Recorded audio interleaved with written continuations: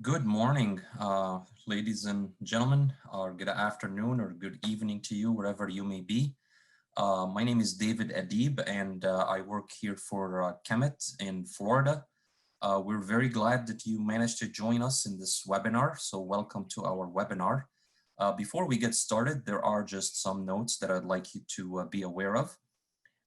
First of all, our webinar is entitled "One is Not Enough," and we will be focusing during this webinar on the series and parallel configuration of connecting capacitors together.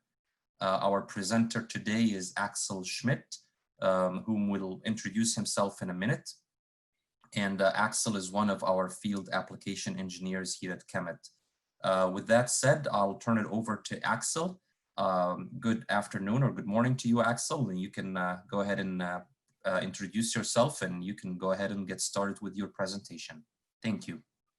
Thank you, David. So as you already mentioned, my name is Axel Schmidt. I'm field application engineer living in the Munich area, close to the Alps. So and here located BMW, and that is one of my jobs. Is I'm in charge of the German OEMs Audi, BMW, Daimler, and Volkswagen, and also supporting our customers. They deliver their products to the OEMs like Continental, Bosch, and other ways.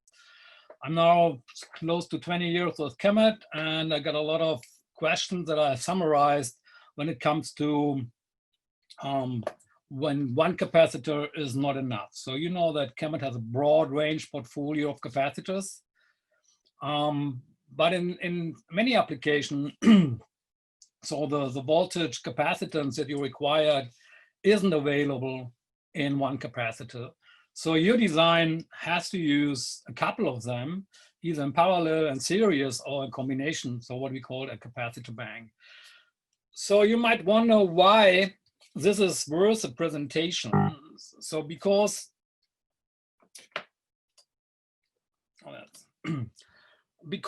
I mean, if you're talking in theory, that should be pretty easy. So you put capacitors in parallel, you simply add the capacitance of each capacitor and end up with the sum of them. And there's a certain formula when you put them in series. It looks a little bit more complicated, but you know, with the electronic tools and calculator or Axel, it's easy to get this done. You might think so. But in fact, the reality is a little bit more complex than it looks like. And one of them, it's application that at the moment is very common, is input filter for automotive. And that is the typical one, what you see in automotive on an ECU that's hanging on a battery. So I think most of you probably know that's a pi filter.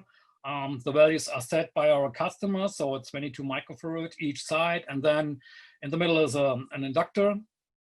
It's about a 460 nanofarad, but for this specific case, we disregard that for a moment. So we have two capacitors, 22 microfarad on each side.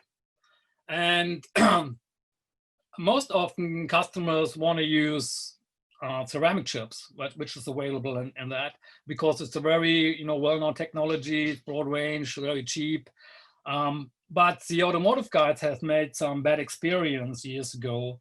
So they have certain regulations in place, and they force you, if you want to use that kind of ceramic chips, to prevent it from going short and having a really ugly failure mode, which is this couple of hundred amps that the battery could drive through this kind of certain circuit. So you have to have placed two of them in series. So if you put two of them in series, you probably know with the formula, you end up with 11 microfarad. So you have to double that range.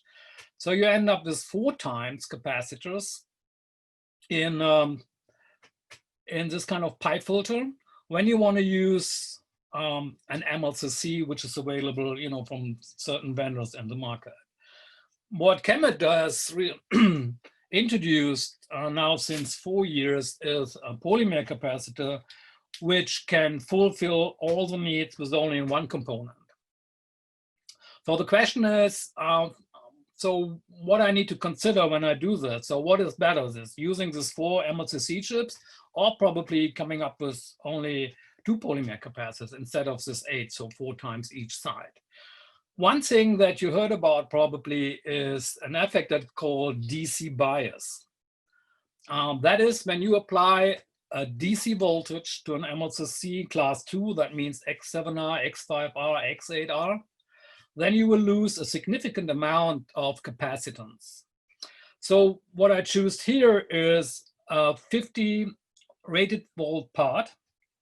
And if that hanging on the battery, so we typically say 12 volt, but actually we calculate with 13.4, 13.5 volt. That's the state when the battery is fully charged. So when you see here, so what you lose minus 54% of your capacitance. So actually, this is not a 10 microfarad capacitor. This is a real 4.7 microfarad capacitor. So instead of having 4, you probably need 60 now. And that is something that you might be struggling with that. So why don't using polymer? So one of the concerns that our customers have is that the ESR for polymer capacitor is quite high. And of course, a higher ESR causes higher ripple voltages. But is that really true? So if we look on the capacitor as a real device, so we know that besides the capacitance, there's also the resistance that is expressed by the term ESR. And we have a certain inherent inductance, what we call ESL. And ESL is something that depends on the length, on the width of the chip, so at the end of the day of the dimension or the case size. And ESL has a certain impact on what we call self-resonance frequency. And in a combination, the self-resonance frequency of different components can create some misuse, some behavior that's probably not wanted. And how do I get this data? So KEMET has an online tool that is called KEMET. I think we will provide that link, and it's easily to find on our website. So where you can really go and pick a certain specific part number and go to a certain frequency. In that case, we do 200 kilohertz, and then pick out the impedance and the ESR of the component. What we did here is we use the 2 in the bracket.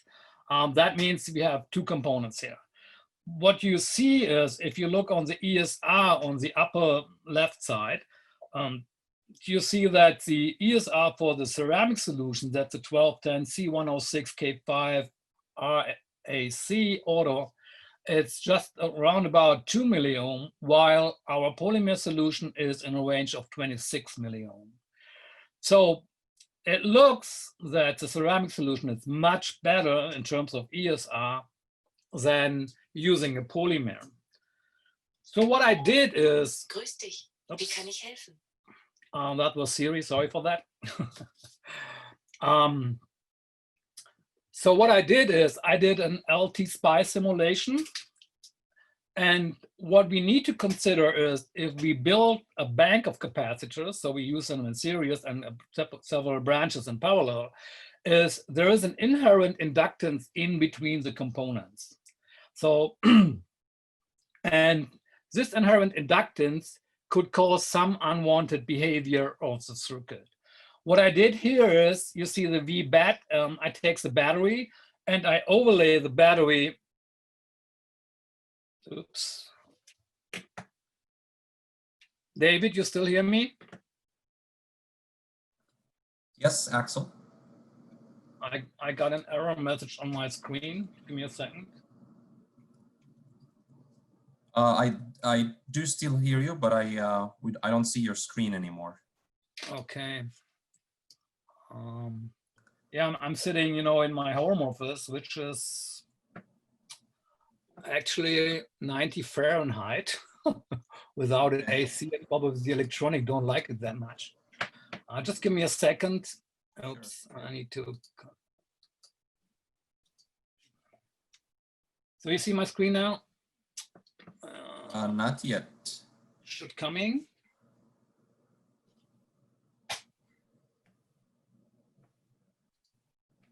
You see it?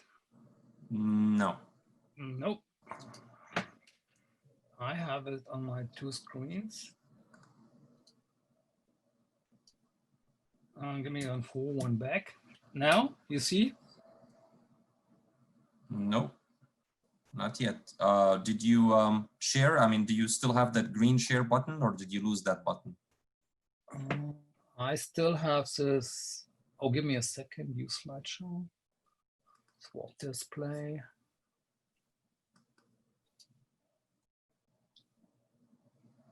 You now see something? No, not at all. If you'd like, you can try to log off and log back in again. You're actually, okay. I will probably reshare my screen. I'm still in. You're still Okay, share and screen. you're actually a host, so you should be able to share with no problems. Yeah, there it is. Okay, now I can see your desktop. All right, perfect. But I don't see your presentation, so. It's coming. Give me a second. Okay, sure. There it is. Okay, now I see it. Sorry for that. So what I what I did, I did a simulation. So I take the battery and then overlay there 500 kilohertz noise on that, and on the load side, I assume an USB application with 2 amps, so USB 2.0, which 5 volts, 2 amps, give me 10 watts, and so I end up with a load resistance of 14.4 ohm. And I do that for both. And what you see here in the red circles is that I use some port names, creating the pi for the ceramic and the pi for the polymer. So what I would expect typically is, because the ESR of my ceramic solution is pretty much low, a higher ripple than what is going for the polymer, because that's 10 times more ESR. But in fact, it looks pretty different. So what you see here, surprisingly, is the green graph is the ceramic solution and the blue one is the polymer. So what you see is that the ripple actually for the polymer solution is lower than the one for the ceramic. And that has mainly to do about the parasitic inductance between the ceramic chips that somehow resonate and create a higher noise ripple than our polymer solution. And in addition, there's another effect I was really surprised about is, so that's a kind of filter. So typically we talk about attenuation. So what you see here is the green, again, is ceramic, and the blue one is a polymer. And you see on the x-axis is the frequency, and the y-axis is the attenuation in dB. And what's really interesting, at our noise frequency of 500 kilohertz, so the polymer attenuates 30 dB better than our ceramic solution. And 30 dB in that case means a factor of 1,000. So the polymer filtering is 1,000 times better than the one with the bunch of ceramic chips that we used here. And that was, for me, very interesting. And I think the next step will be that I will build an experiment and try to prove that's what is simulation is, and try to build a real example and see it's really working out that. So there's a lot of interesting stuff we can do here. So another topic of when you put capacitors in series is, of course, the impedance and ESR over frequency. And then you see what's called the cell resonance frequency, that point where the inductives and the capacitance cancel out each other. So that's a pure ESR value. And above that frequency, the component behaves mainly inductive. On the lower frequency, of course, that's capacitive. That's what we expected. So what does it mean? I mean, does it turn into an inductor? No, not really. But what it does is definitely the phase change for the capacitor minus 180 degree to a plus 180 degree for an inductor. That means if you have some kind of summation point or some circuit that expects the phase between current and voltage in the right way. So you need to be aware that this is a change of the sign, or the change of the sign of the angel between them. And what also happens is when you do this in parallel, so that is what we call combined impedance, you get this kind of anti-resonance peak. And anti-resonance peak means that one capacitor is already going inductive while the self-resonance frequency of the other one is still not reached right now. And then can you create this kind of peaks? What does that mean for you, or what is the effect? Is if you have a parallel application and one of your higher harmonics hit that anti-resonance peak, then of course you get a higher power loss on your component. So the power loss is typically expressed as I square ESR. So if ESR goes from 100 milliohm to 1 milliohm, that's a factor of 10, your power loss also increased by a factor of 10.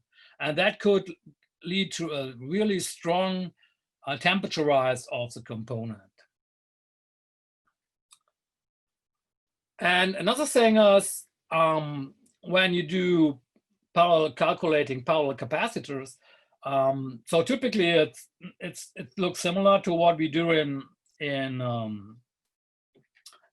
capacitors only. But for somehow, you know, when you put that in parallel, you see that 1 over Z1, 1 over Z2, and so on. And so you typically add the admittance of the components. And there's a wrong and a right way to add this. And the right way is not splitting up by real and imaginary terms. You really have to do that. The Z is under the on the denominator of the part. And then you have to do the conjugate complex number on that. So what does it mean when you do that in a right way or in a wrong way? So that is how big is the error. So let's assume the correct value is 80 milliohm. So if you do the wrong one, and then that means, so your at impedance peak is a 0.19 million, it's 19 milliohm. So that means it's an error factor of 4, it's 4 times lower than you think about that. And the second one is if you invert the real part and the imaginary part separately, so you end up with 0.74 ohm, which means the error factor is roughly about 20, so, and actually it's 19. So keep an eye on that. How do you do when you build this using this formula to get the right admittance of the component?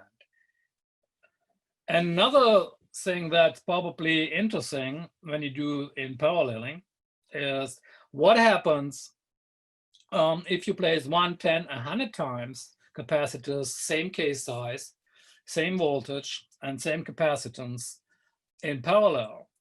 So here I took an example for 0603, it's 47 nano 25 volt.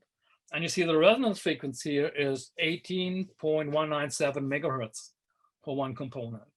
So if I look on, or I place 10 of them in parallel, that means the KEMET tool allows it easily, you see it's still the same self-resonance frequency. But of course, the ESR goes down by a factor of 10. Instead of 167 milliohm, it's 16.716 milliohm.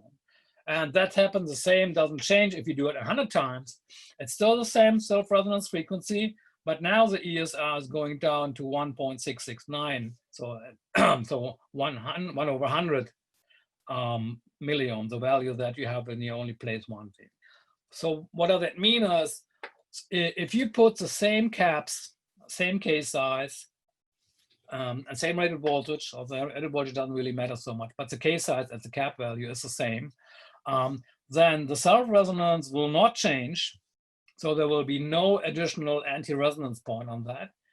But your ESR goes, of course, down by the number of components that you choose for that solution.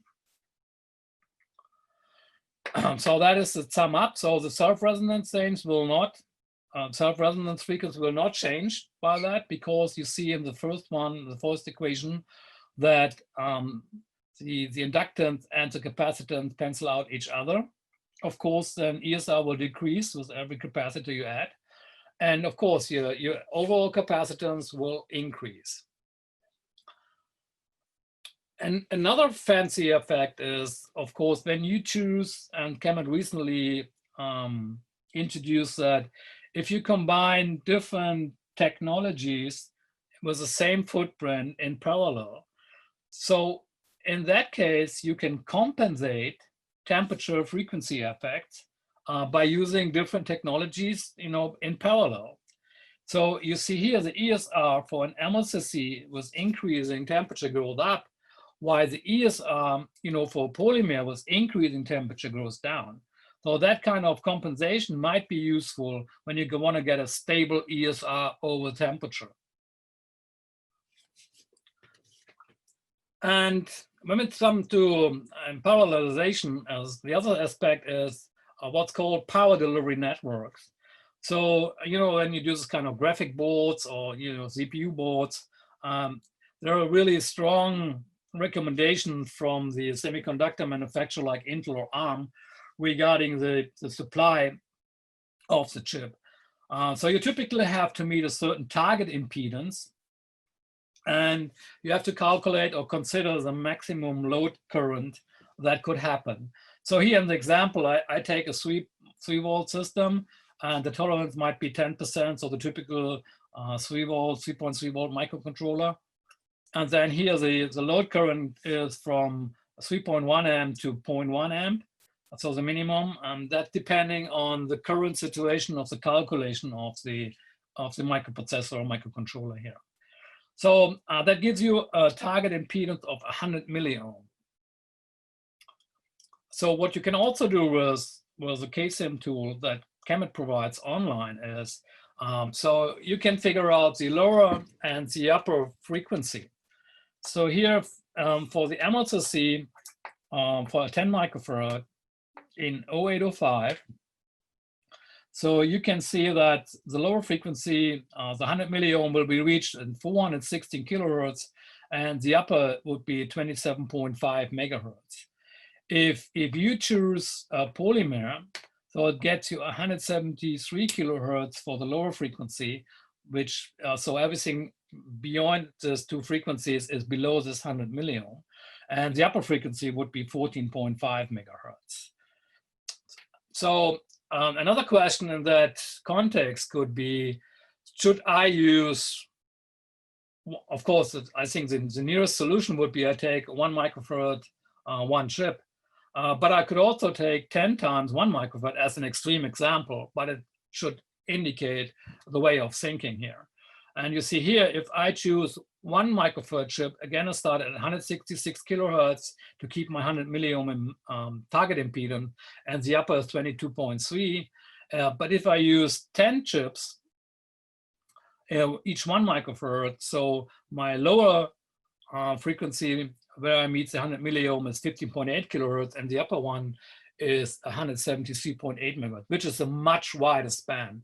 And that depends on the semiconductor you're using, but should show you somehow the way how you can figure out if you meet this target impedance. And again, just the nominal capacitance value will not really work very well here. And even with this kind of errors, if the target impedance isn't met correctly, that could probably lead to a reset of the whole system. And then it takes a couple of seconds until the system comes up again. So you see, it looks very simple in terms of, putting some stuff in parallel, but there's a lot of aspects we can talk about when we use that. And again, I would really encourage you to use KEMET for ease if you have that kind of problem, and we really can help you. So we talk about parallel capacitors here. So let's talk about a series. So actually, when it comes to the high power stuff, so here I assume 2000 volts. And so very common is using electrolytic capacitors, which are available in 550, maybe 600 volt, but 600 volt is not that common. So how do I get the right voltage across the capacitor? If you try to do that with LT spice, so you have a floating between the capacitors, you cannot put that on ground, so the system will not work. So getting the right capacitance is the charge on each capacitor is the same. And that it means also the voltage between all the capacitors is the same. So the voltage, of course, is the charge divided by the capacitance. So that means the total voltage split up between the charge, which is the same for all capacitors, and then in reciprocal to the capacitance, in that case, C1, C2, C3, C4. So in a real world, we have tolerances. And a typical tolerance is 20%. So the worst case, what could happen here is that one capacitor get minus 20%, so we catch up most of the voltage, and the other three on the other end of the bandwidth, that means they have plus 20%. So what does that mean? So nominal, each of them would pick up 500 volt, but if you apply this formula, you will see that in worst case, so the one with the less capacitance gets the most voltage out of that, and this is 667 volt. If you look on a KEMET datasheet, then you see that the overvoltage condition is 550. So just using capacitors, in a nominal voltage, even you plant some reserve, could really harm your circuit. And honestly, the capacitor will not blow up at 667, likely not. But it's definitely the one that gets more stress over time and is prone to fail earlier than the other ones. So keep that in mind. So if you put capacitors in serial, the one with the lowest capacitance catch up the highest voltage in the string. How can I do that if I use several components, same value? So this formula allows you a little bit easier to get into. So that means we have the application voltage, which is 2000 volt in that, and then the tolerance max would be the 20%, so it's 1.2 times. And then you use the tolerance max plus n minus 1. N is the number of capacitors you use in series, and then the multiplied or factored by the tolerance min. That is, in that case, 0.8, and you see you get a 633 volt. So that is approximately a 25 volt overvoltage case. So, and the highest sophisticated solution, of course, are capacitor banks. So that is where you typically started. So you get into here and said, okay, the number of rows that you need is, of course, the voltage, that in that case 2000 volt in the early example, and then the 500 volt weighted. So you end up with 4 of them in that case. And that gives you how many branches you need, how many columns you need is, of course, the required capacitance divided by a single capacitance divided by the number of rows that you have, because they're all in series on that case. So that's a simple solution where you started. And then you keep all these earlier considerations in mind when you do the capacitor banks. So, and if you do a real design, you should probably consider a voltage balancing, which helps the capacitor, keeps the capacitor across, the voltage across the capacitor straight. So you see here, the left solution is pretty common, but has a disadvantage. If one of them fails, it really, the whole line goes short on that. That is probably not really the best solution, even in terms of cost, of course. You use less capacitors for balancing. If you have an application that's somehow safety critical, I would recommend you to use a balancing capacitor for each, balancing resistor for each capacitor here. If you want to get into the value of that, so the rule of thumb here is 50 megohm factor times microfarad, your capacitance by microfarad, divided by the number of components in a bank. That's the way how you should calculate or estimate the first shot for the balancing resistor. And with that, I would wrap up. So keep up in mind, the real components have parasitic ESL and ESR. It's not an ideal component. We provide you a simulation tools online to get deeper in that or get more details about the properties. And you can also calculate for KEMET components this combined impedance. So you see the anti-resonances and probably have an idea about if one of the higher harmonics of your switch mode power supply maybe hits that anti-resonance peak and cause an overheating. Keep tolerances in mind. Also, in terms of end-of-life conditions, so what capacitance do you really need end of line? And that is, we also provide some tool and probably is a target for one of the next webinars. Again, same case and same cap does not change as self-resonance frequency, but lowers ESR, and of course get you the capacitance you want. And again, if one of you is a little overstressed about this presentation, we really welcome you to ask KEMET. We can help you. We have a lot of experience, as you probably get a little bit insight on. We see a lot of cases, and I'm pretty sure we can find a pretty good solution for your problem. And with that, I would say thank you very much for joining this call. And I'm open up for questions and Q&As. David? Yes, Axel. Thank you very much, Axel. So one question we have here says, could you please mention some of the low-cost software that should not be used in order to prevent the wrong admittance? That's not really fair on that. That's something going around, and I would not really blame somebody here because maybe they have corrected in between. I'm sorry, but I will not answer that. Okay. So that's actually, that wraps it up for today. I know we're a little bit over time here, but thank you very much, everybody, for attending our webinar. Thank you very much, Axel, for a very informative presentation. I wish you all have a good day, and we'll see you next time. Thank you.